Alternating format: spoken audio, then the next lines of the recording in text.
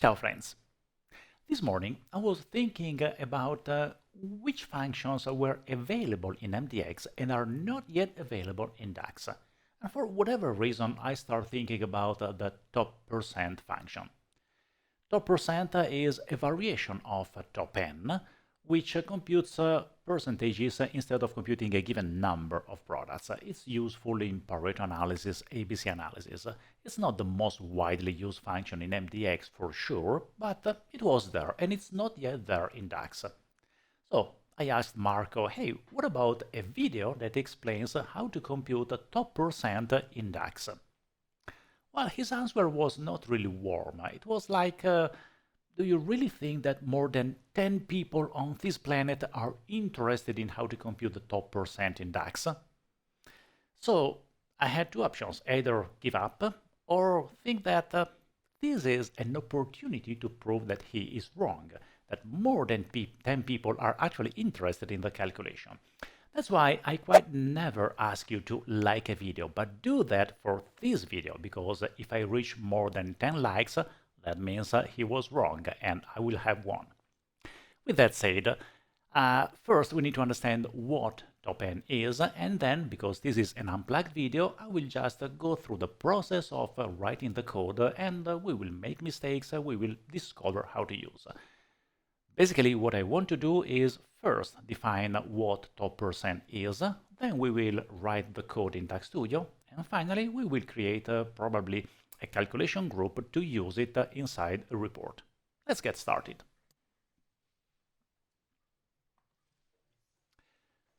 The first thing that we need to understand is what is top%, because we all know that DAX offers you top n to retrieve the top products based on whatever measure, typically sales. But what about top%?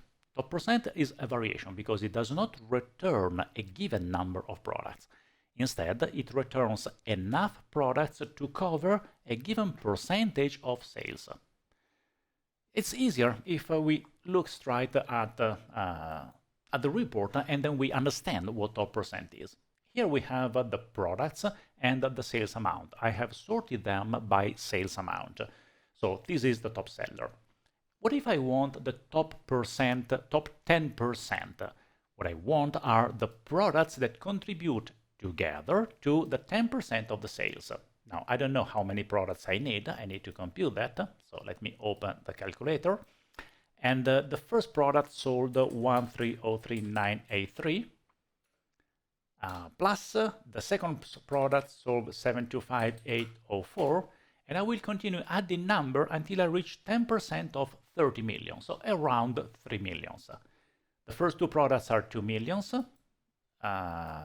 Then we need to add 603779. We are at 2.7 million, so very close to 30 million. If I add the fourth product, so if I add 364714, we go to 3.07 million, which exceeds 10%.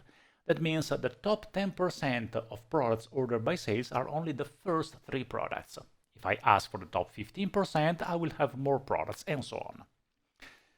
This is not the kind of code that you can start writing without thinking about it and without reasoning on top of it, because we will need to retrieve the products, then the sales amount, and then in some way retrieve a given number of products without knowing in advance how many products are there until we reach a given percentage. So that's the perfect scenario where DAX Studio is going to help. We will write everything in a query to retrieve the top % products based on sales. Let's do that. So open DAX Studio and we start writing code. I don't want that. I want more space for my query. And we start writing. We need products and we need sales.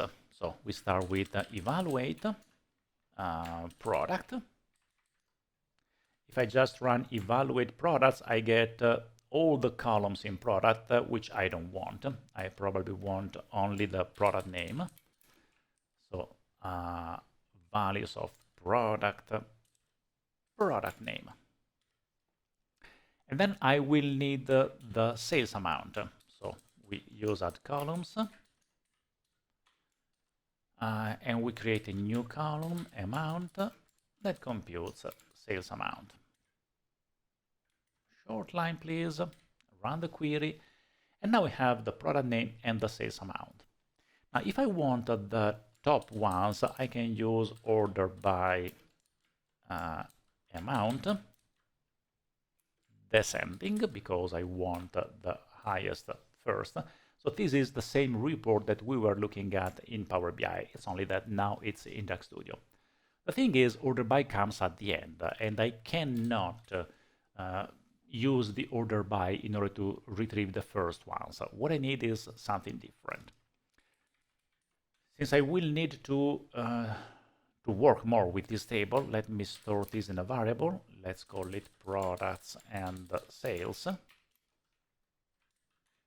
And then return products and sales.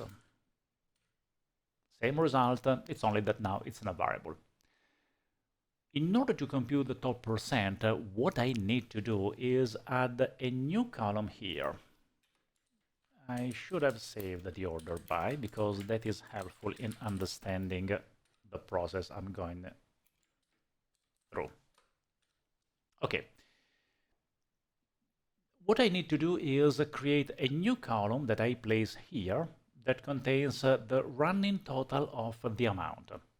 So for the first row, for the most sold, for the best seller product, it will contain the same value of the sales amount. For the second, it will contain the sum of the first two. For the third, it will contain the sum of the first three, and so on. So I need to add a running total here. And that requires a bit of code.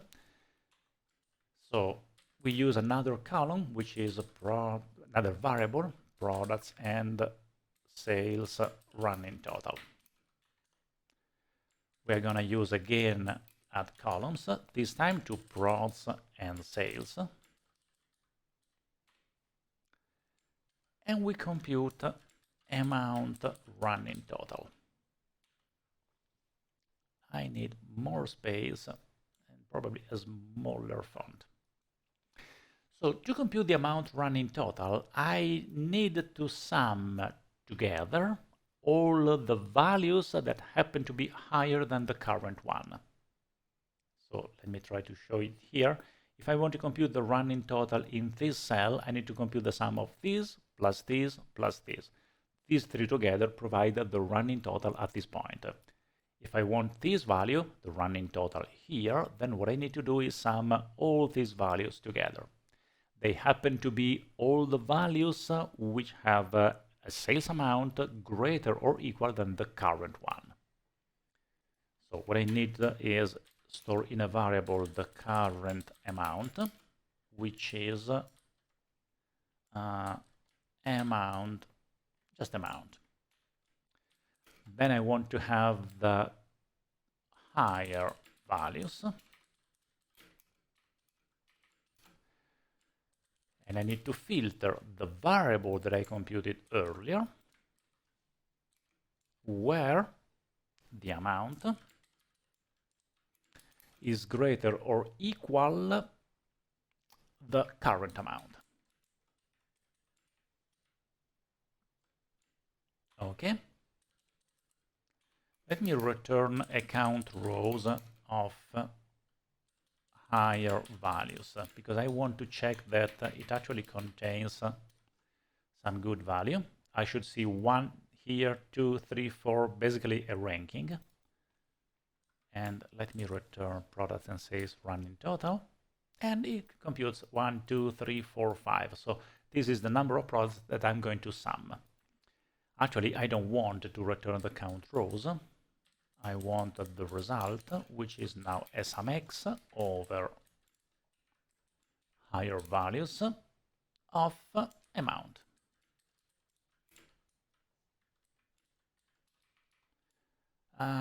Return result. Result. Smaller font again. So if I did it right, now I should see here the same value of 1.3 and then the number that grows. We run it, and we have for the first row the same value, then 2 million, 2.7, 3078, the same numbers we computed earlier. So amount running total is computing the value correctly. Now I need to transform this number into a percentage. The percentage need to be this value divided by the grand total of all amounts. So I need a variable to contain the grand total of all amounts. Let's call it total sales, which is a sum x, because I already sum x over products and sales of the amount. So I now have my total sales variable, and I can compute this as a percentage just by adding a percentage and divide, let's do it here, divide this sum x by the total sales. If I run the code, now you see that the first product alone is 4.26% of the total sales, then 664, 887, 1006. I know that I need to stop here. So the first three products need to be returned, all the other ones I can get rid of them. So the final result that I want, var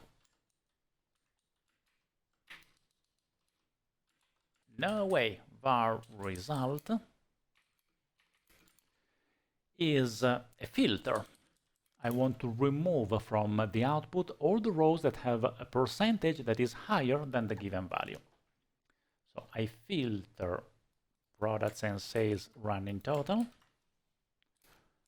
where amount running total percentage, this column,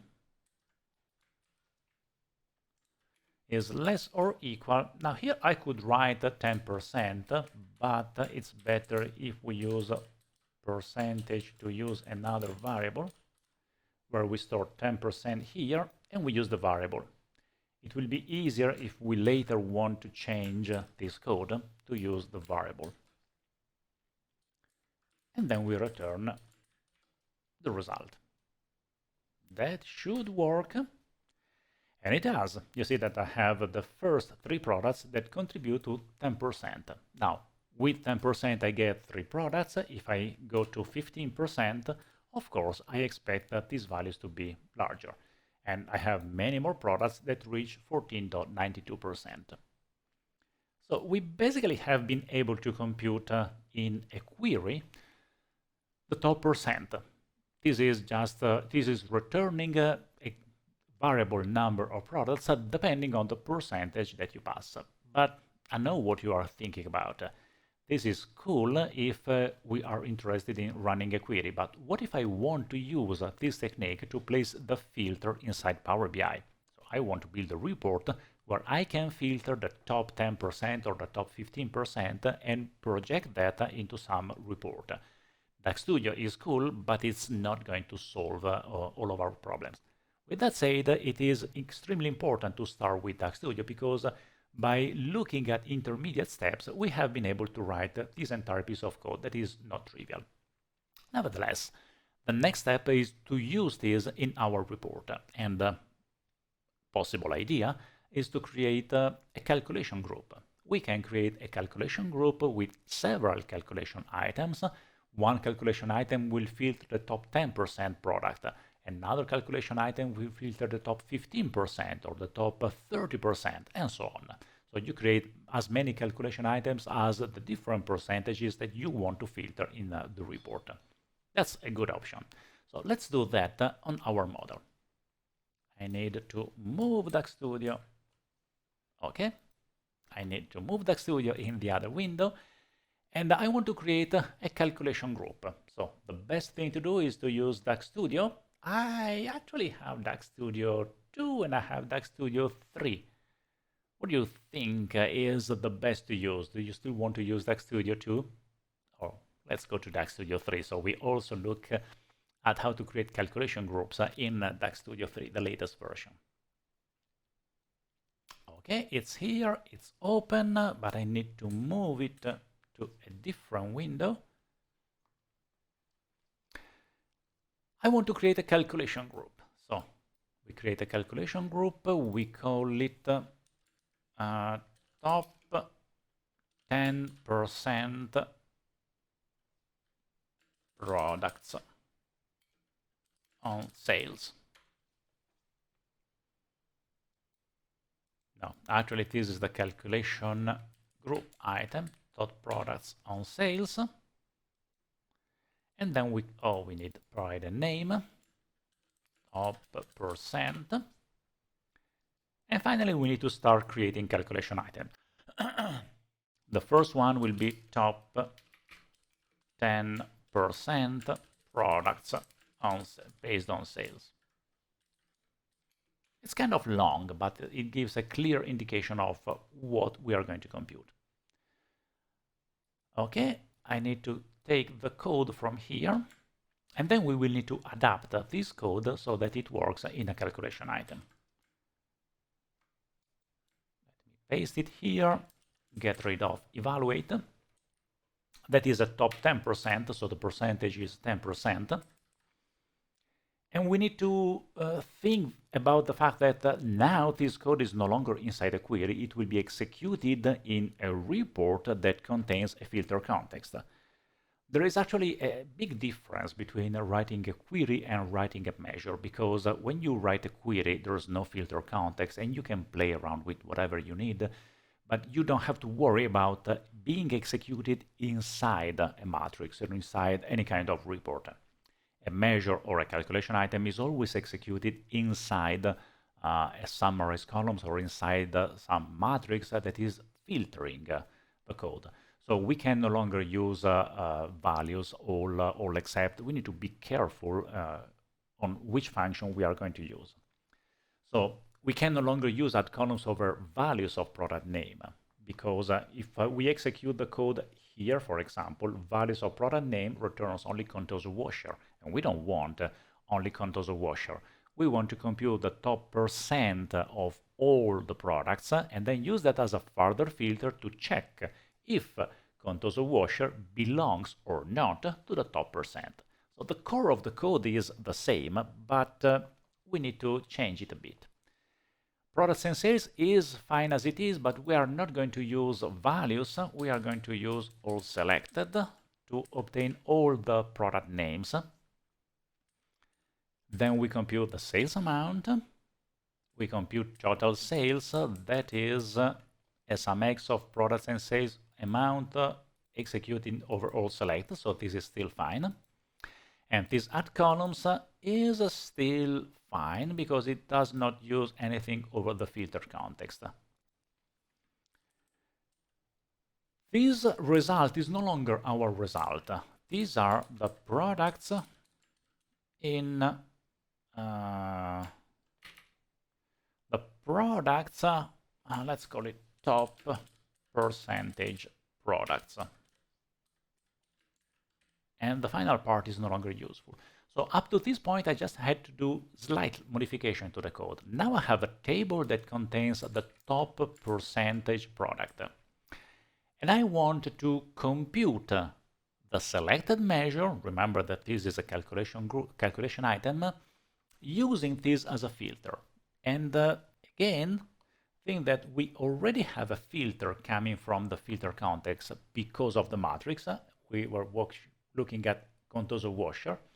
So contours washer is in the filter context, and what we need to do is to check whether contours washer belongs to the top percent product. An easy way is to apply the top percent product as a filter so that it is intersected with the outer filter context, and the intersection of the two will generate an empty set if the washer does not belong to the top percent, or the washer alone if it belongs to the 10%.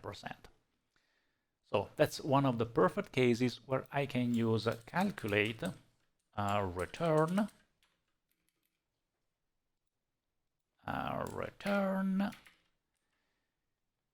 calculate. Calculate what? Well, this is a calculation item, so it will be calculate a selected measure, and I use keep filters over top percentage product.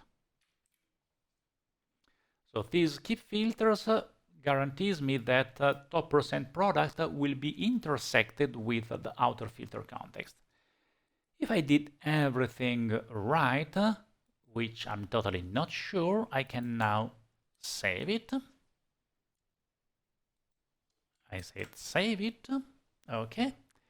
Go back to DAX Studio. I need to refresh the calculation item. DAX Studio, sorry, I go to Power BI Desktop, and I know that one or more calculation group need to be refreshed. So we just need to click on refresh now. And now I have my top products seller here. Let's zoom in for once. I have my calculation group with the calculation item. So I can reduce that a bit, take the top percent, put it here, move it to a slicer. Where are you, slicer? Here. Let's see what happens when I click on top 10%. It's gorgeous, it's working. Clicking on that top 10% filter the products, showing only the products that contribute to no more than 10% of the sales amount. So I can do that for the top 10%, but while we are here, I can just simply copy the entire code. No, let's copy the name first, so I have to write less stuff. I create a new calculation item. Let's say top 15. No, let's go for top 20%. Let me take all this code, put it here, and all what I need to do is use top 20%. Save it. Go back to Power BI. Again, I need to refresh the model. That happens every time you change the content of a calculation group, but it's not a big deal. So if I make no selection, I have all the rows. If I click on top 20%, I have a given number of products, not all of them, but I have a lot more. If I click on top 10%, I have only the top 10% products, which are visible here. I can also change this report. For example, I can get rid of the product name. I can put the brand, for example, the number of products, filter the top 10%. And it's not really nice because it's showing 1, 4, 2, 1. The filter coming from the brand is working.